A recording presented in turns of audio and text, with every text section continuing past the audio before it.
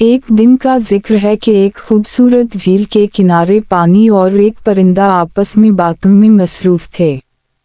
پانی جھیل کے اندر سکون سے بہہ رہا تھا اور پرندہ آسمان میں اڑتا ہوا نیچے آیا تاکہ تھوڑی دیر کے لیے آرام کرے۔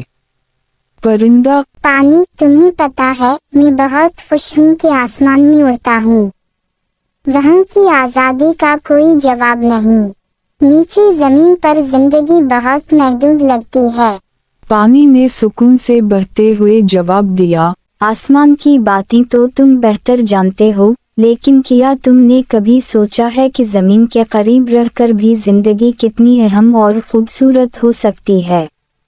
میں زمین کا حصہ ہوں اور میرا ہر قطرہ زندگی کو جنم دیتا ہے۔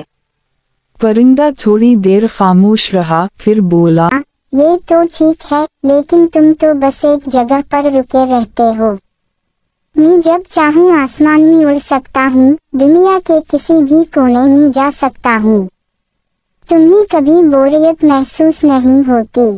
پانی نے ہلکی مسکراہٹ کے ساتھ جواب دیا، مجھے کبھی بوریت نہیں ہوتی کیونکہ میں مستقل حرکت میں ہوں۔ ہر لمحے بدلتا رہتا ہوں، کبھی جھیل میں، کبھی ندی میں، اور کبھی بارش بن کر تمہارے آسمان میں بھی جاتا ہوں۔ میری زندگی کا ہر پل تبدیلی کا مظہر ہے۔ پرندہ نے غور سے پانی کی بات سنی اور سر ہلایا، یہ تو ٹھیک ہے، لیکن میرے پاس تو ایک آزاد روح ہے۔ میں کسی جگہ محدود نہیں ہوں۔ جب چاہوں ہوا کے ساتھ بہتا ہوں، دنیا کے نظارے دیکھتا ہوں۔ پانی نے تحمل سے کہا، آزادی کی اپنی اہمیت ہے پرندے، لیکن زمینی زندگی کی جڑیں گہری ہوتی ہیں۔ میں جڑوں کو پانی دیتا ہوں، پودے اور درخت اگاتا ہوں، اور یوں یہ دنیا اپنی جگہ برقرار رہتی ہے۔ تم آسمان میں اڑ سکتے ہو، لیکن زمین کے بغیر تمہاری آرام کی بھی کوئی اہمیت نہیں۔ پرندہ تھوڑی دیر خاموش رہا، پھر کہنے لگا، تمہاری بات میں وزن ہے، لیکن تم خود محدود ہو۔ میں جہاں چاہوں جا سکتا ہوں، اور مجھے کبھی روکنے والا نہیں۔ پانی نے گہرے لہجے میں جواب دیا، آزادی کا مطلب یہ نہیں کہ کوئی حدود نہ ہوں۔ ہر چیز کی اپنی حدود ہوتی ہیں، یہاں تک کہ تمہاری آرام کی بھی۔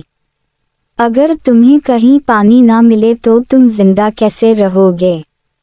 میں اگر نہ ہوں تو زمین بنجر ہو جائے گی اور تمہیں کہیں پناہ نہیں ملے گی۔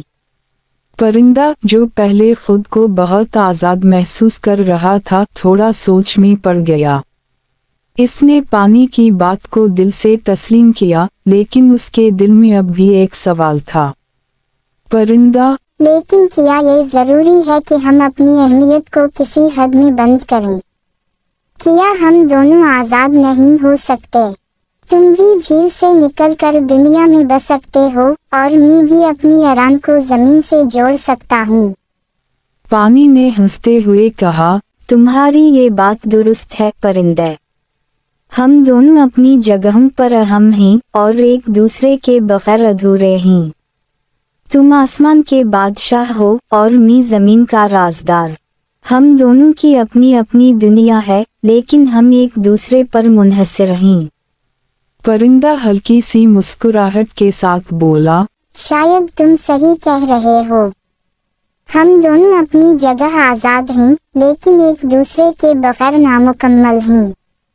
تمہارا پانی میری پیاس بجھاتا ہے، اور میں تمہاری سطح پر آ کر آرام کرتا ہوں۔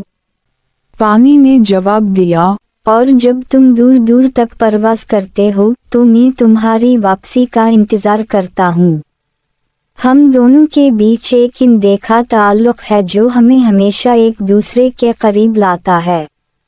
یہ سن کر پرندہ خوش ہوا اور بولا، تو پھر یہ فیصلہ ہوا کہ ہم دونوں اپنی اپنی جگہ پر قیمتی ہیں۔ تم زمین کے لیے ضروری ہو اور میں آسمان کے لیے۔